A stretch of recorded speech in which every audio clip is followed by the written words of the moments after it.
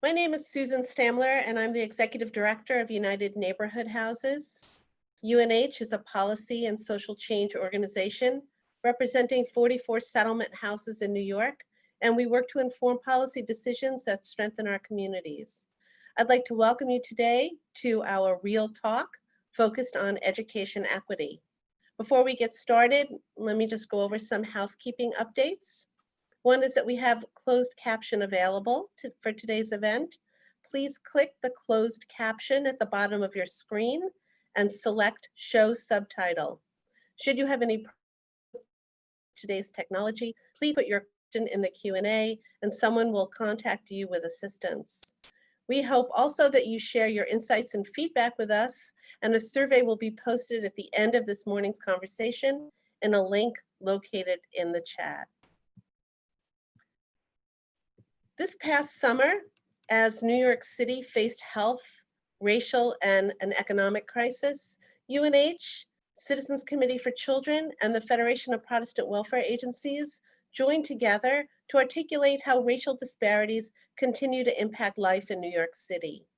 We sought to explore how to rebuild our city to achieve fairness and equity for all as we work to address and dismantle the structural and institutional barriers that have disproportionately kept people of color, immigrants, and low-income New Yorkers living in or near poverty. We defined pillars of equity and the policy changes needed to lead us toward economic security and well-being. Together, we created the Racial Equity Advancement Labs, R.E.A.L, a 5-part panel series to bring experts together to discuss how systemic racism impacts our city and what we must do to eliminate those systemic inequities. This month, our sessions explored issues of economic equity, housing equity, and health equity. Today, in the 4th part of our series, we are discussing how systemic racism impacts our early childhood education and youth development systems with a focus on children from birth through school age. This morning, we will discuss the supports that are needed for children and families before the classroom, around the classroom, as well as outside of the classroom to achieve academic success. Let me give you a few facts. New York City's public schools still remain racially segregated. 2/3 of Black and Hispanic students attend predominantly Black or Hispanic schools. Only 27% of New York City schools are even representative of their school district demographics, with those schools tending to be in Central Brooklyn and the South Bronx. And according to the New York State Education Department, 58% of New York City school teachers are white, even though 80% of the student body is of color. The racial achievement gap is interconnected with systemic inequity. Black and brown students from families with low incomes are more likely to be below proficiency standards. For example, in 2018, there was a 32 percentage point gap in math and reading scores between white 4th graders and Black 4th graders in New York City. In today's session, we're going to explore with our distinguished panel how we got here and the steps needed to begin to address deep educational disparities across our city. I will briefly introduce our speakers. Given our very tight schedule for this morning, we will place their bios in the chat. Each panelist will share an opening comment, and then we'll have the opportunity for some conversation. Should you have any questions throughout the discussion, again, please share those using the Q&A function in your screen. This morning, I am joined by Takiema Bunche Smith, the Executive Director of Bank Street Center on Culture, Race, and Equity. Takiema has worked for over 2 decades to support children, families, educational programs, and systems through her work as a teacher, teacher educator, curriculum director, parent activist, and executive leader. Michelle Paige is the Associate Executive Director for University Settlement's Early Childhood Division. Michelle began her career 25 years ago as a public school teacher, and now she focuses on developing and overseeing high-quality early childhood programs for children and families. And Anne Williams-Isom was recently appointed to the James R. Dumpson Chair in Child Welfare Studies at Fordham's Graduate School of Social Services. Anne has dedicated herself to improving the lives of vulnerable children, and most recently ran Harlem Children's Zone, and prior to that, spent 13 years working at New York City's Administration for Children's Services. We have a wonderful panel. I'm excited for our conversation. Off to our program. Good morning, panelists. I will begin by asking each of you to identify and explain the barriers embedded in our early childhood and education system and youth development systems, and leave it to you to take it from there. Takiema, over to you. By the way, Takiema's references that she will be discussing will be found, links to those references will be found in the chat. Thank you. Great, thank you, Susan. Good morning. I did the first thing. You would think after 8 months I would start talking and not be muted, but here we are. It's been 8 months of talking to screens and trying to imagine the energy of people behind those screens, which is very, very real. So thank you so much for convening this talk and this series. It's really, really powerful. And I have a very short amount of time to try to get through some very heavy concepts and some really important things that I want to just kind of give us a framing. So first, I just want to start by letting everyone know that my pronouns that I prefer to be addressed by are she and her.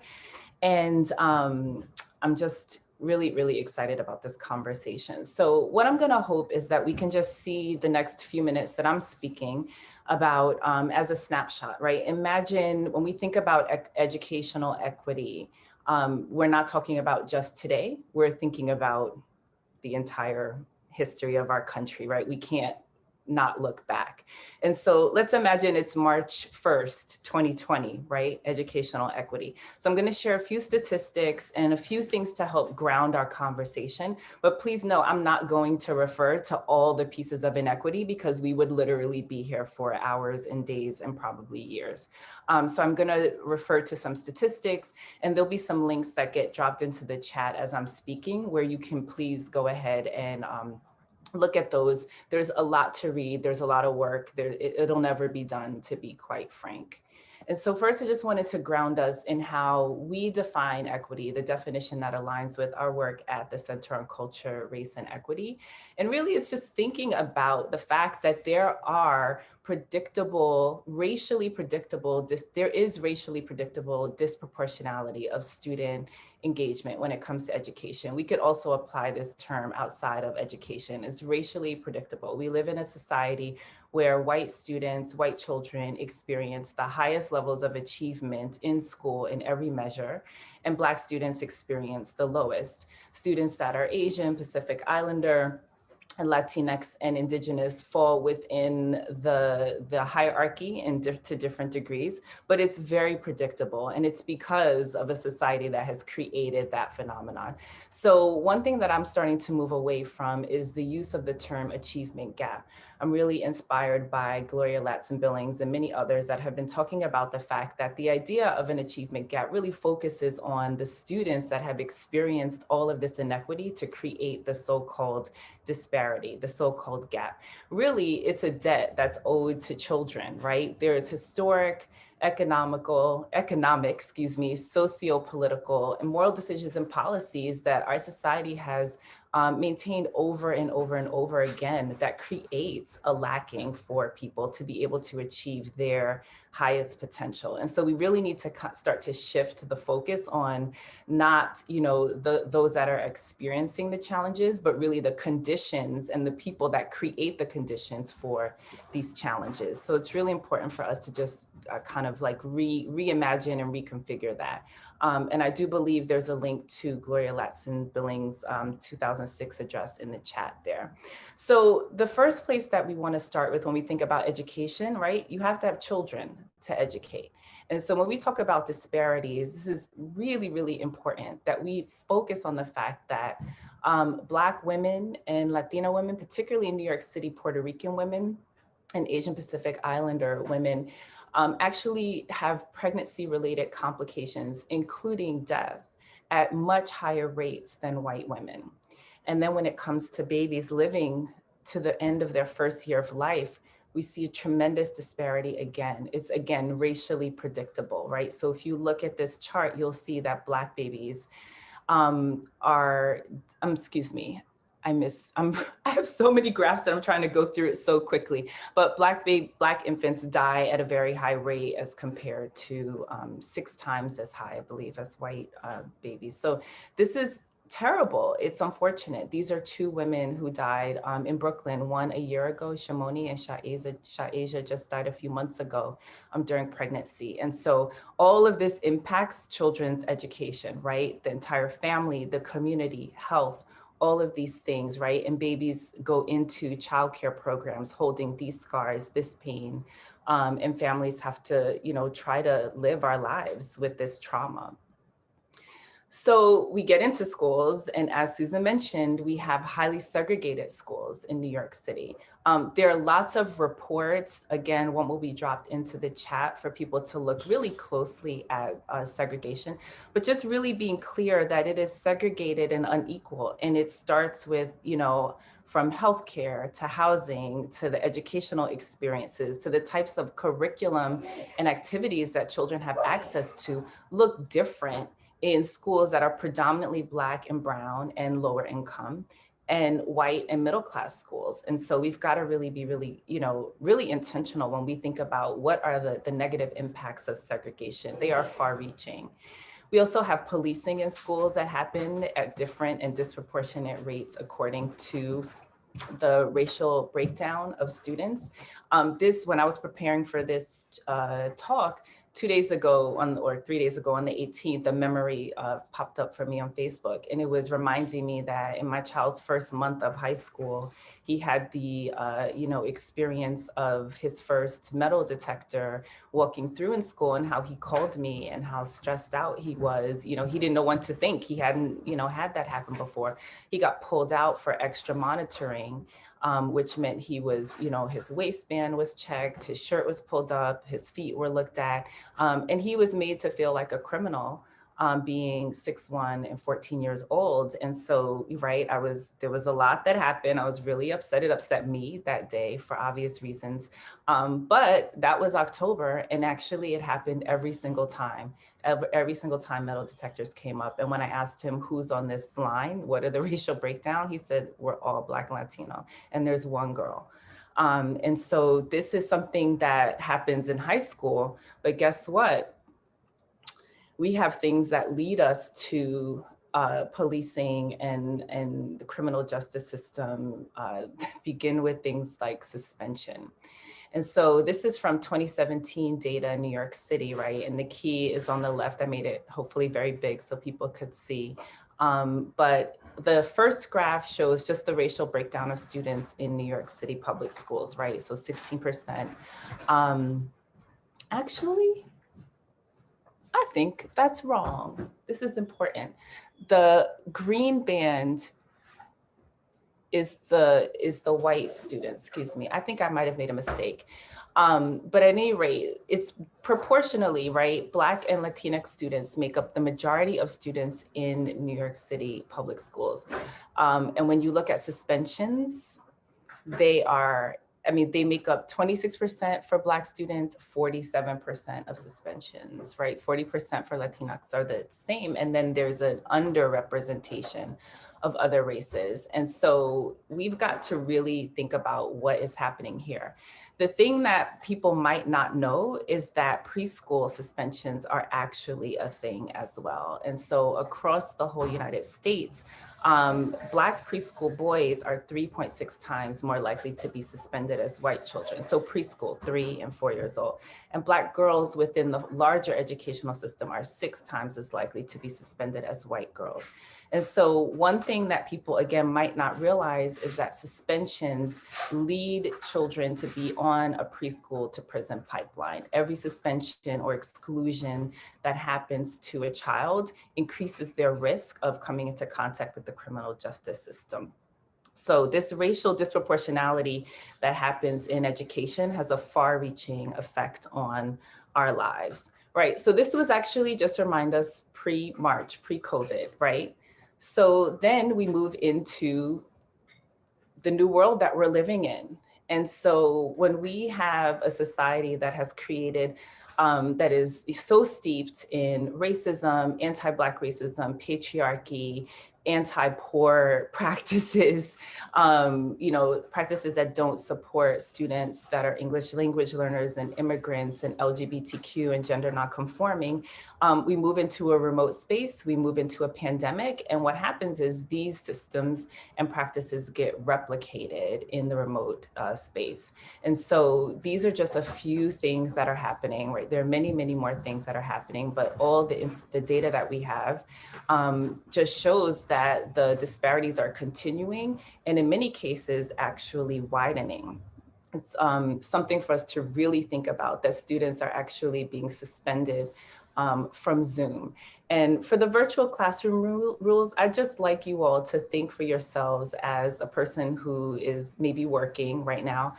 How would you feel if you were told that you had to act like you're in your office and sit in one spot and don't eat or drink, right? Just think about that as an adult and think about a child that's 3 or 4 or 7 or 10 or even 15 during a global pandemic. Again, that has disproportionately impacted students of color.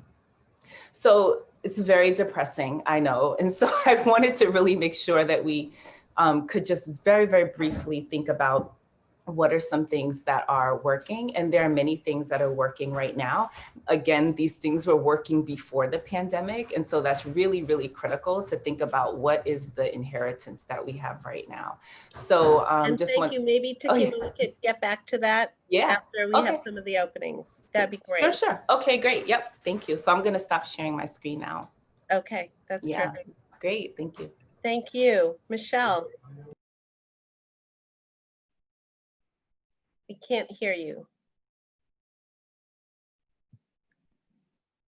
Once again, just like Takiema said, 8 months later, I'm going to get a t-shirt that says you're on mute and just take it from there. Good morning, everybody. Thanks for having me. It's really exciting to be here. Thank you for setting up all of that context, Takiema. It's really important to understand the framework in which we're talking about. I want to also go back a little bit and talk about early childhood in particular, as it sits in the largest public school system in the country at this point. The DOE has approximately 1.2 million students in their system. About 13% of those children are English language learners. We have about 20% of the children identified or have been identified as having special needs. And about 72% of the whole student population is either receiving free or reduced lunch. Approximately 40% of the students are Hispanic, 25% are Black, 16% are Asian, and 15% are white. That is the percentage breakdown of the whole system. When we think about early childhood, we have to remember what age group we're talking about. Early childhood and early childhood education are children birth through 2nd grade. So DOE and public schools across the country have already been involved with early childhood because it does cover up to 2nd grade. For our system, we have approximately 325,000 children that have been registered in 3K for all, UPK, 1st and 2nd grade. What that doesn't capture are the younger children of the early childhood spectrum, and that is the children, the infants and toddlers. And when we think about early childhood, we have so many different labels and names that we use interchangeably. And some of those things are early Head Start, childcare, daycare, UPK, family childcare, both formal and informal. So if you add all of those children, you're looking at upwards of close to 400,000 children that would fit into the classification of early childhood education. One of the things I wanted to bring up in this morning's intro part of the discussion is just that vocabulary that we use are identifiers of different programs, but those identifications are also connected to income. Many of the programs that I just listed, the the children and families are eligible for those programs for participation based on their income. And what happens when you have that conversation, not considering the tenets and the philosophies of the programs themselves, but just referring to children based on their income, creates a dynamic of implicit and explicit bias. If we still refer to our children as childcare eligible, Head Start eligible, you're identifying their children based on their income. What we need to do is start reframing that conversation and thinking about public education for early childhood, not based on their income, but based on the opportunities that would be afforded to everyone. Susan and Takiema both mentioned the segregation of the New York City public school system, and part of that segregation is not just ethnic breakdown, but social economic breakdown. And if we continue to have children only have access to opportunities based on their income, the segregation will stay in place and become even deeper seated. I want you to imagine, if you can, the way our school system is currently structured. If you are a childcare eligible, which is a city subsidy childcare eligible program, if there are not enough of those childcare subsidy seats in your community, you have to go outside and look for different places. You are being denied access to an educational opportunity based on your income.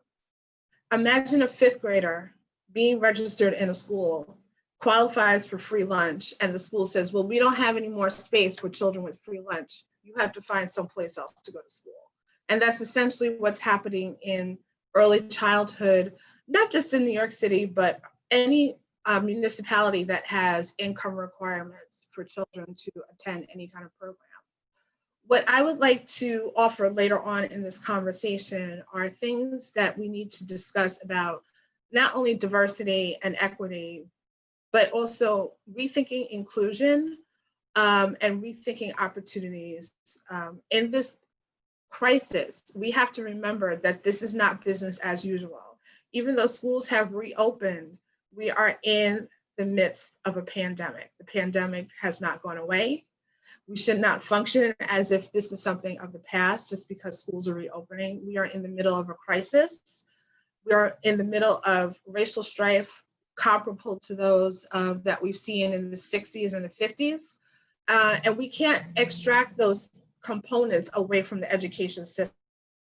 A lot of chatter and talk and press points for politicians in the past few months we have to open schools so people go back to work. And that creates a false narrative of what schools are. We cannot take away education and the economic recovery connection. Those are very embedded. But when the narrative continues to be, we have to open schools so people can go back to work, then the next part of that conversation is, well, what are you doing to set that up for success? If education is part of the economic recovery, on the front end of that conversation, those compensations have to be commensurate with the importance that the education system has on the recovery of the US economy. So I'll stop there because I know we have a lot of questions and answers that we want to dive into later, and I'll send it over to Anne now. Oh my goodness, I can't wait. I'm gonna talk really quick because I have so much to say, and I am so pleased to be on this panel with you beautiful sisters and for us to talk about something that really matters to us. So I'm just gonna really quickly say something. I have something radical to say. How about we give kids everything that they need for as long as they need it? How about that? And how about we stop doing things for children that we wouldn't do for our own children? So you guys know I have dedicated over 20 years, yeah, all of us, right? Even though we look so young, we've been in this game for a minute. And what I know for sure is that when I think about the Harlem Children's Zone, and it's not about the name, it's the concept of comprehensive services in a community, place-based for children and families and their parents that live there. I think that that is what we should be focused on, because all that we kind of even put on schools, we know that schools can't do that, Suppose we really gave children what they needed, surrounded by adults who loved and cared for them, that could happen from the time when they were in their mommy's belly and we were educating and working with parents to really figure out what prenatal looks like. Takiema, when you were talking, we had a young woman, one of our after-school workers, who died, I guess she was 8 months pregnant and died. We're like, why? That's crazy. I think about what we have been able to do in connection when you're working with parents. So I think about two different stories. We had a second grader when we went to this remote world who wasn't logging on. And for me, I get nervous about that, not because I'm like, a second grader needs to be logging on, but I'm like, what's happening with that family, and is everything good? And what we found out was that mom was COVID positive. The kids were at grandma's house. We had no idea. Grandma didn't have any access to, computers, needed Pampers because there was a baby that was in the household too. Mom had to go stay someplace else. Grandma was nervous because she needed healthcare. She didn't want to get COVID. So eventually mom and the kids had to go into a shelter. She goes and tries to get into a shelter and they're like, oh, you can't be here with the baby. What do you mean you can't be here with the baby? Well, the second grader can stay here and the baby can be here. The Harlem Children's Zone, we found out of it because the principal was able to call a social worker, was able to call a preventive program that was able to advocate for this mom so that we could keep the second grader connected to, yes, education, but I call it keep laying our eyes on them to make sure that they have what they need. But looking at all of those systems and saying, though, if it was, back in the day, what would have happened is somebody would have called ACS and they would have taken that child away. For our adolescents, I was thinking this summer how crazy all that was going on with George Floyd and with them seeing the racial reckoning. And they were in their houses behind closed doors trying to process this. And I was like, no, we've got to connect with them. We were able to have a town hall with our young people and to say to them, you should be, Miss Anne, we got to be out in the street protesting. So what does that look like? How do we use that as a teachable moment and as a way to educate them, right? Education just doesn't happen from 9 to 5 in the building. When you're part of the community, when you walk outside and you see them, you could say, do you have your mask on? And if you run into the cops and something goes down, this is what you need to do. This is who you need to call. I say that this comprehensive approach is what we need to do. Schools are not equipped to do all of that. I get it, you guys. But to me, if we don't really have people in the classroom that care about young people, I think about, Takiema talked about the levels of suspension. At our school, we were like, you can't just suspend a kid. Sometimes people, I want to tell you something. People have personal grudges sometimes, and they do things and take things out on children that they shouldn't. So we would have a decision-making, right? Groups so that we could say, what's going on with this young person and do they have what they need? Oftentimes, it was about what was wrong with those adults who weren't doing what they needed for those young people. When you take away the save room, when you build it, the suspension, all those places, all of a sudden, all the kids are there. If you don't even allow that to be what you're thinking about, it doesn't happen. To me, the reason that it's so important to think about systemic issues is because all of the good work that we were able to do at the Harlem Children's Zone didn't change the world that was taking these young people afterwards, the world that they had to face. And if we didn't explain to them, there is nothing wrong with you. There has never been anything wrong with you. I want to have a conversation with you guys about segregation, because I actually don't think segregation is the problem. There's nothing wrong with Black kids being together. It's what people then think about those Black kids together, the resources they don't get, what we think about their Black parents, their angry moms, and all of this other kind of stuff. How do we change that so that they can flourish? And Takiema, I just want to thank you. I'm going to wrap up. I don't think I'm going to ever use the phrase achievement gap again, because I think that you're right. It is the underpinnings of that is really racist. It's like once you are able to be more white, once you are able to achieve this, then you're good. I think COVID has taught us a lot, but what I already knew was that safety net was not appropriate, wasn't right. And I agree with you three. I don't think that it should just be about going back to the way things were, because the way things were not working for Black and brown children in this city. And that is the honest truth. Wow, thank you. Thank you all. So I want to just move us into some questions, which I believe you all ended to allow me to say, then what happens next? Where do we go from here? are there promising policies and practices and solutions that you think need to be put forth? And let's leave cost aside. Takiema, I don't know if you want to start and others jump in. Yeah, I'm like, we don't need to leave cost aside. There's enough money. Like we have to really stop acting like there's not enough resources to make the society equitable, because there are, if we make the choice to do that, right? We make a lot of choices with our money. And so, so I totally reject that money is a barrier, because it isn't.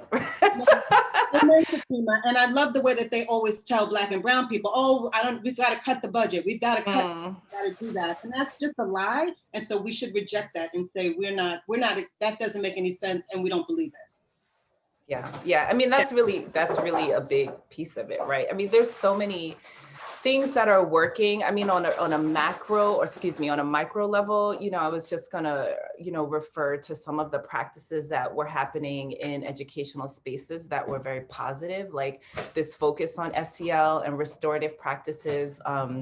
Morningside Center for Teaching Social Responsibility, that's a link that I think will go into the chat as well, has all these lessons from K to 12 on how to talk to children about white supremacy, how to talk to children about Breonna Taylor, and doing it in a way that is very supportive and recognizing the trauma that, that we are carrying, again, and to be clear, not because we are Black or not because we are of color or not because students are LGBTQ, it's because of the systemic, personal and interpersonal and systemic and institutional oppression that people experience because of their identity. So I think, you know, on a local level, there's lots of things happening. And I also want to just amplify this idea of parent power. Don't forget to talk about the healing engaged strategy, because when we focus on trauma, I feel like now everybody's like trauma, and focused on the pathology of that. And actually it's not just that, but there are ways to deal with young people that's more about healing. And I know you are an expert in that. No, I'm not. No. I don't believe in experts. We're all learning, all learning and growing. But you know, let me just bring up parents, right? Because I think this idea, another thing that I want to complicate is the idea that because children are not in schools formally, right, and having struggles with the remote, that they have nothing and everything is awful. Because if we're going to look at the facts, there was a lot that has been awful for children in schools, right, based on identity. That's just reality. And so what we have now is this opportunity for us, for everyone who works with children in some way, to say, how have we been really engaging with parents? How have we been actually recognizing the strengths that they bring to their experiences of parenting and living and surviving and thriving in a racist, oppressive society? There are lots of wonderful things that are happening. And there's a Liberation School that's happening that the Center for Educational Justice has just put out, which is based on the Freedom Schools. I'm in a group on Facebook with 3,000 BIPOC parents and caregivers that have chosen to either pull their kids out of the formal educational system or remain, but do self-directed learning with their children. And if you see what is happening in there, we're talking about single moms, low-income families, grandparents that are caregiving. There is a lot happening, but we just have to think about, are we going to open our eyes and recognize that we have been socialized in our field, right, in education and human services, to look at success or to look at achievement through a white supremacist lens, so that we don't even value what other people are bringing and the healing that families are bringing to their children in this space as we mourn and grieve and struggle together in this space. I'll stop because I talk a lot. Yeah, I'd like to say a couple of things about what I think we could do also. I had mentioned earlier the struggle that I have with the word inclusion, because that word in and of itself asserts that there's a power dynamic. You know, to be included means that you need an invitation, or you're waiting for someone to say, please join us, or you're the person in power to say, you know what, I think we should include the following people. I think we need to really turn that word on its head a little bit and maybe replace it with representation.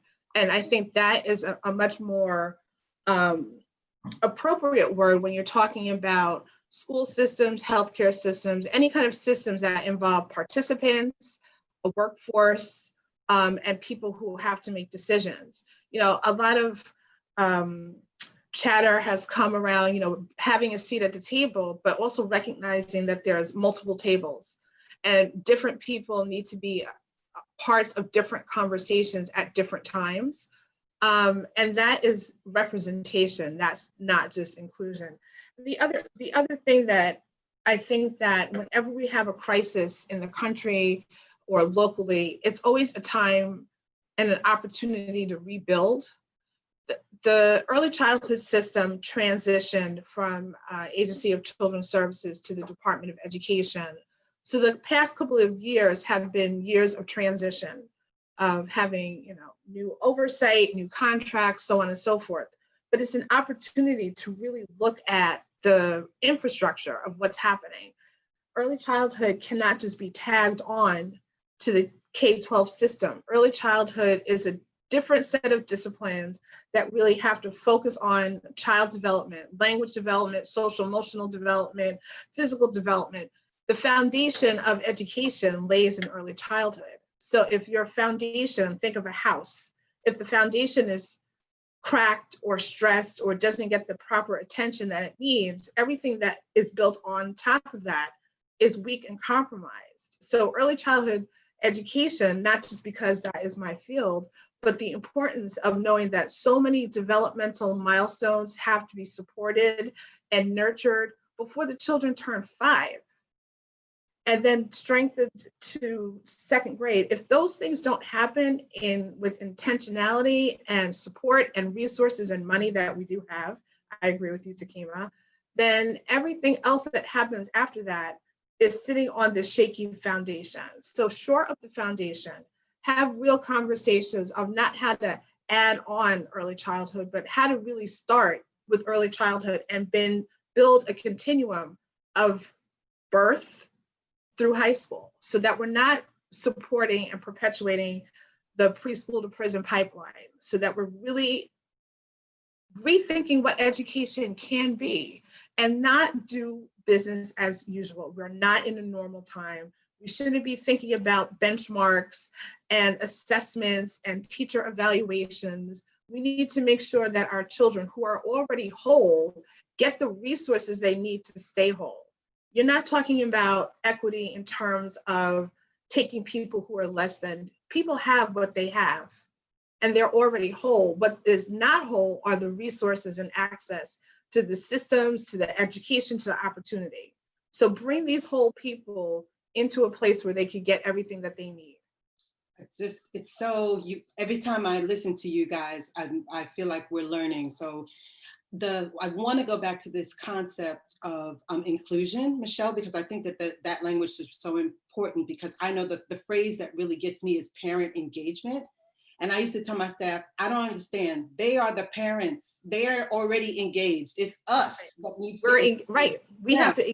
Right. Right. I'm like, they are 100% parents. They are 100% present. And Takiema, during when we first went to remote, there was like 90% attendance. And I was like, that's about the parents in the household being like, boy, you better get on the computer and you better get your stuff. And I said, so can this whole thing about lack of parent engagement, can we finally put that to the side? And now you guys can see that parents are really engaged. And I think in the public school system, there's such an anti-parent sentiment. I'm just going to say it.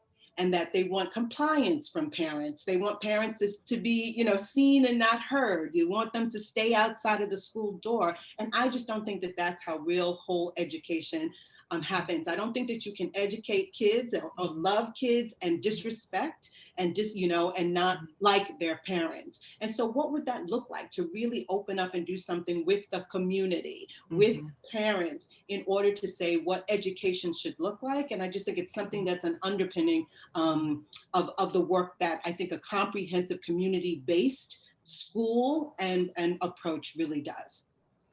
And I totally agree with you. And it's not your opinion that students can't fully learn if their parents aren't respected and their cultures aren't engaged. It's actually fact.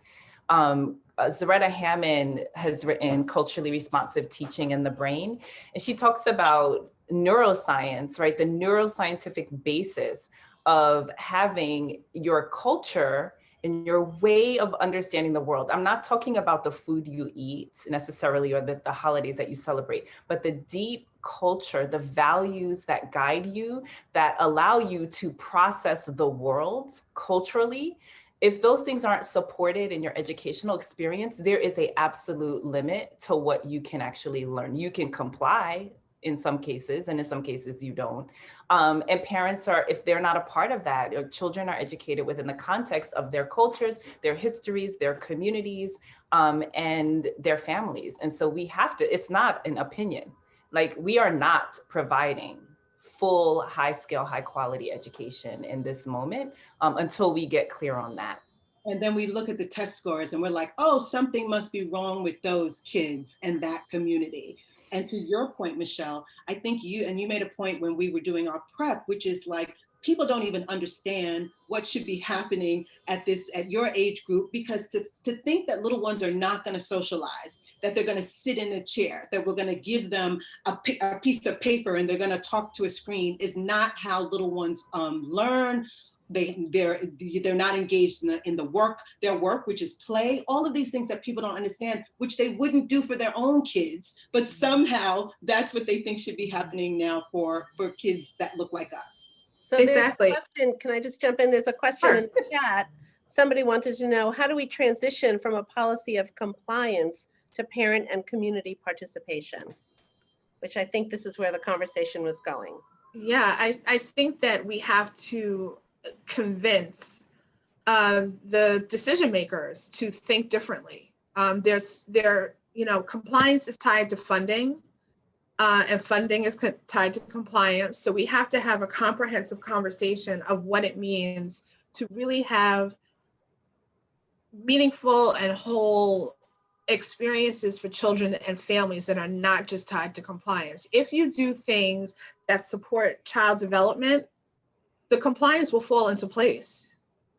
The compliance will fall into place. If you have environments that are safe, nurturing, you have qualified staff, you have leeway to make decisions, you have a true partnership with the community and parents and not vice versa. If you really invest in that dynamic, then the compliance will fall into place. Test scores will go up, children engagement will go up, participation will go up, enrollment, attendance will go up, because if children feel comfortable and are excited or invigorated about going to school and don't have to worry about being frisked at metal detectors, and don't have to worry about the parent who's running late because they're doing all of these other things. People want to feel welcome in a space. And in order to do that, you have to have everybody on the same page. The compliance will fall into place if we do what we're supposed to do on the front end. And Susan, for me, I'm like, they're the parents, they're in charge, we're in service to them. I don't understand how it got flipped. All I know is that in middle class communities, people send an email or a text and the teacher and the head of school better, respond, and they get that. So why all of a sudden in a public school setting, if it's a Black parent, if she comes up to the school, people are gonna be like, do you have a meeting? No, I don't have a meeting. My kid is in that school, so I wanna talk to you. So I feel like I wanna stop begging people to give people the rights that they have, because those are their children.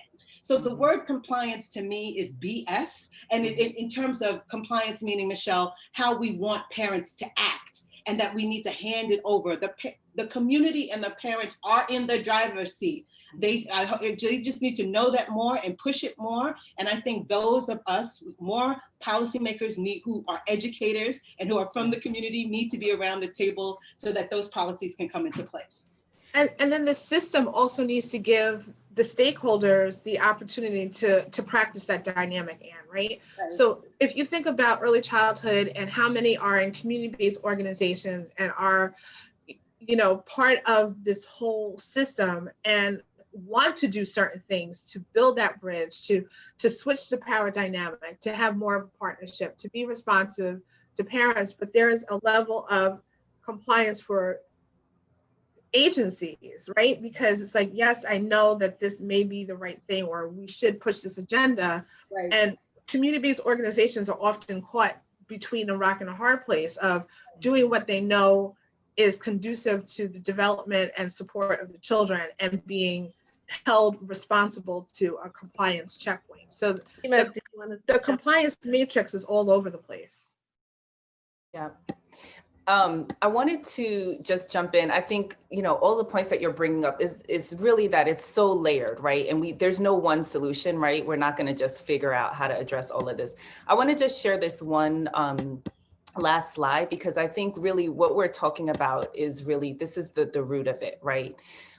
We have to really get clear that all of these issues, every single issue that we have brought up this morning has its roots in systemic racism, more specifically in anti-Black racism, which impacts everyone, white supremacy, and also patriarchy, right? So that's at the root of all of this. That's the why people can have differential experiences as parents walking into a school, or there can be different levels of compliance and expectations based on the racial and class makeup of a school or community-based organization. That's really what it is. And so we know that systemic racism, anti-Black racism, white supremacy, and patriarchy operate on multiple levels, personal, institutional, right? Those become systems, right? So we're operating on all of them all the time. And so my question is, what is everyone's ongoing comprehensive plan to address these massive things that are guiding every step we take in our personal lives, in our professional roles, the institutions that we lead, and the systems?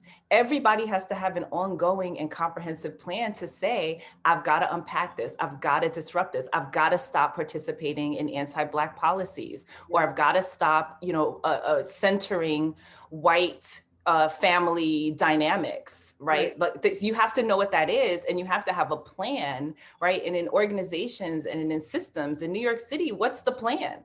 I remember Department of Health had a plan that was doing anti-racism, and I think they're still doing it. And I'm like, this is amazing. I've seen some of the work, but it takes a long time, right? We've had systemic racism for over 500 years. So it's going to take time. It's ongoing. It's never going to stop. And so I just want to really point out also this idea of the plan is not for just some people to be a part of it or to be leading it. It's for everyone.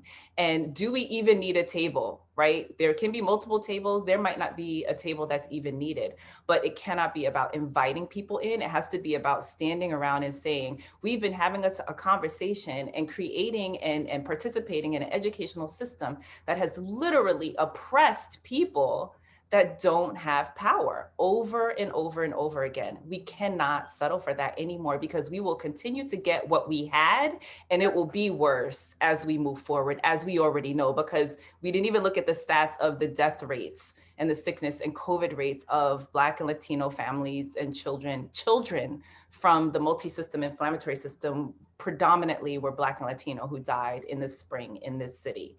And so the other thing is like the silos, right? We cannot have one person over here, one person over there. Oh, there's your social worker, there's your teacher, there's your principal. Everyone's having different conversations. There's your community-based org doing pre-K over there, and then there's pre-K in public school. It's never gonna work if we don't all get together and start talking and create a plan and know that this is work that is gonna be for the rest of our lives if we hope to see change. Amen. Thank you. Thank you. One of the opportunities New Yorkers will have in the next 8 months is an opportunity to see a parade of candidates running for mayor on down and on out. And so what do we need to think about as we look at what candidates are saying or talking about? What would we advise our city's leaders to do as they need to start talking about racial equity and the issues around education that we raised this morning? So one of the things that jumps out is the conversation that we've been having since March about this digital divide. It's been such a critical point of success, quote unquote, of children being engaged in schools. And the response was to distribute tablets and distribute laptops. But that's a Band-Aid because there's communities that don't have the Wi-Fi technology to even use these instruments. So, when you're talking about digital divide, let's have a real conversation about getting neighborhoods who are not up to speed, literally and figuratively, with proper technology.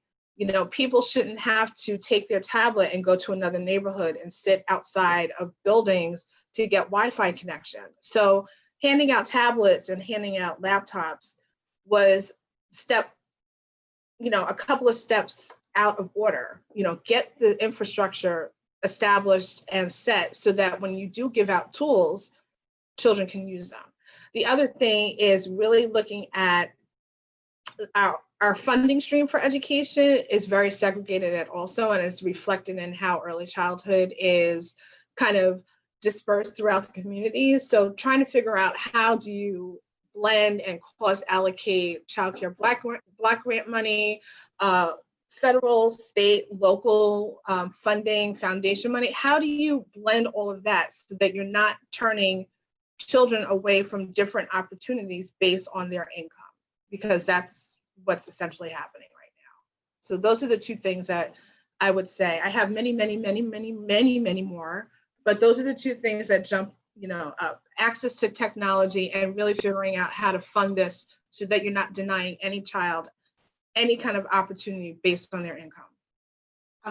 Sue, you know what I was thinking about? One of the things that the de Blasio administration had an idea about, but it wasn't implemented, was this concept of a children's cabinet, so that you would actually have agencies and nonprofit and community folks together really focused on how much money is being poured into communities for children serving activities, and is there a way to streamline that? It goes back to Michelle's point about how the budget is so siloed and how some things are just working against each other.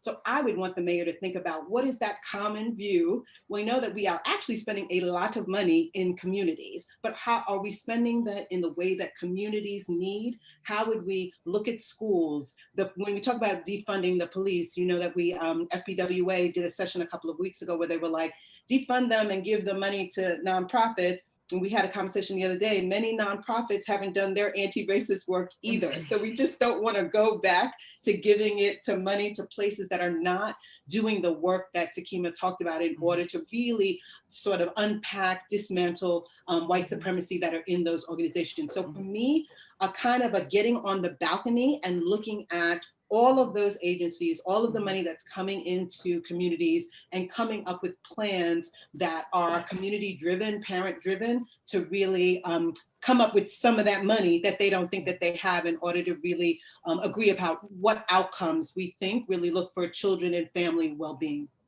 Can I want to make one other point. I'd be remiss if I leave this out because it's been such an important part of the work that we've been doing in the city is if anybody who is running for office, we really need to look at the workforce and compensate them commiserate to the work and credentials and everything. Early childhood is underfunded and the workforce is undercompensated for their work. So really doing a real deep dive on not just salary parity, but appropriate, reasonable, and respectful compensation for everyone who's working in the field. Absolutely. So I'm going to tell you what I'm looking for in a mayor, and I'm already working candidates. So I have been talking to people, and I plan to be communicating very clearly and vocally and loudly with them about what I want in a mayor. So number one, I want every single city agency to have a clearly laid out comprehensive racial equity plan with adequate funding. I want to know what the long, medium, and short-term goals are of this racial equity plan. To your point, Anne, you can move money around, you can start new initiatives. I want people doing the work. This is my life at stake, my child's life, my children's children, my community. This is everyone, my city that my family has been here since 1918, right? This is really, really important to me. So I really want to see the work happening. And that work is going to focus on fixing the agencies, fixing the policies and the practices, not looking at the so-called deficits of the communities, right? That's really, really important. So lots of funding. When it comes to schools, the next mayor really has to make sure that the talk matches the walk, right? We cannot have full racial equity and to reduce segregation and to give kids everything they need and have screens for getting into middle schools and high schools in some districts to have mayoral control and to have high stakes tests. There are children right now, today, sitting in front of computer screens being tested at 5 and 6 and 7 years old. What are you testing them for? It's the pandemic. Okay. First, second of all, I can already tell you what the numbers are going to say because we already know that high stakes tests are racist. Ibram Kendi did released a letter yesterday to the Boston Public School Board about the racist nature of high stakes tests and all of the segregation that it encourages and entrenches. And so we cannot have one hand saying one thing. We want desegregated schools and then continue to implement policies that back that up and entrench it even further. We have got to get together, break down the barriers and be consistent and fund it. That's what we need to do. That's one thing I'm looking for when it comes to schools.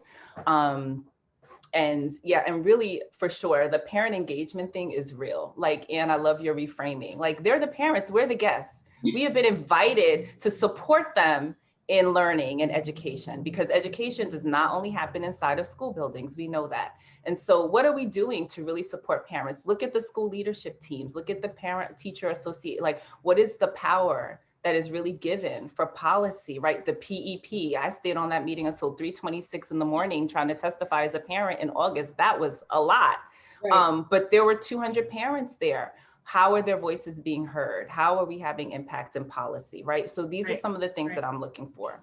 Right. Yeah. Thank you. Unfortunately, this was not a 3-hour panel because I think we could have easily gone.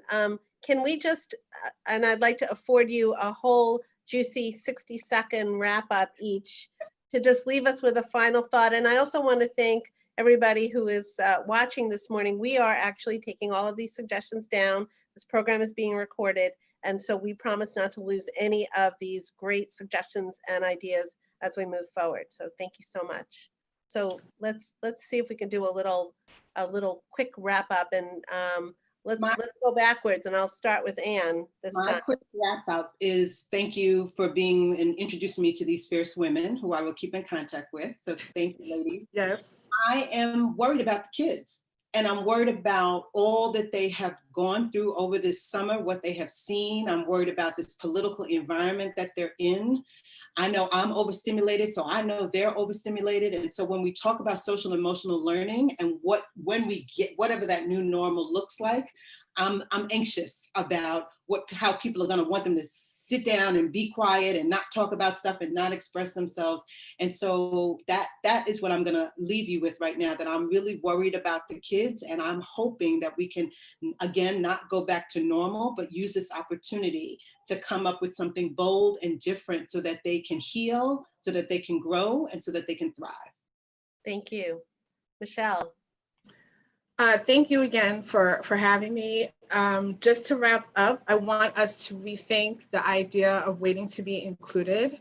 I want us to shift that conversation and think about how do you want to represent yourself and who do you want representing you when you can't be the voice. In 2 days, New York is starting their early voter campaign. I mean, the early voting starts on Saturday. So if you are not sure where to vote, please look it up. Go to voter, look up elections.newyork.gov and be involved because you have to be represented and you have to represent yourself as parents and community members. And the last thing is I want to thank my early childhood community for just doing some really amazing work always, but especially during the pandemic. My university settlement team is amazing. And the teachers, the cooks, the program directors, custodians, family workers, parents and children, you know, we're all trying to get through and figure this thing out together. And I wouldn't be able to be on this call if it wasn't for my team. So I just want to thank University Settlement's Early Childhood Division, but all the early childhood education folks in New York. Thank you for the work that you're doing. Takiema? I'm just thinking about this saying that is very popular that has just been really resonating with me, particularly now. And it's that until all of us are free, none of us are. That's right. Right. And I just think about the fact that things in the city are working really well for some people, right? Things in education across the country, things in, right? The billionaires did great. Amazon did great. Like things are working really well, but they should not be comfortable. No one should be comfortable just because you might be okay. Going back to the beginning, this is not about a handout or feeling sorry for people and saying, oh my goodness, look what you've endured, you know, as people with oppressed identities. That's not what this is about. This is about what is absolutely everyone's right, our unalienable right to achieve our highest potential in a society that claims, right, that was founded on this notion that, you know, the free and, you know, everyone can achieve and the dream and all of that, which we know has always been elusive for so many. And so my thing is we all need to be activists. We all need to say, what is my part? What is my space that I'm going to work in to create greater equity for all? Because that's what it means to be living in community. And truthfully, children, I believe, are going to be the ones that lead us. Millennials and Generation Z are incredible. Don't believe the hype, because they're the ones that have pushed us farther in the last few years than all of us older folks thinking we have to just keep working incrementally. Right now we're using the word abolish, right? And that is a real thing. And so I think I want to look to the younger people. I want to look to the children, right? Because they believe what we tell them. They believe what we create for them. And they also just come in with their own light. There's this little boy that says these affirmations that I saw. This little video was just the cutest thing. And he's like, I am smart, I am beautiful, I can achieve. And I'm like, baby, my work is to make sure that that actually happens. And that's what everyone's work should be. Thank you. Thank you all. I appreciate Takiema and Michelle for being with us today. This was a first conversation, clearly not a last conversation. I want to thank my partners at the Citizens Committee for Children, the Federation of Protestant Welfare Agencies, for having these real and difficult conversations, which we believe will bring us to a stronger, more inclusive city. Please, for those of you who are watching, don't forget to share your feedback with us in a survey that could be accessed through a link found in the chat. And next week is a final conversation on justice equity. Again, thank you all and have a nice day. Thank you. Thank you, everyone. Thank you, Michelle and Anne. It's great to talk with you again. All right.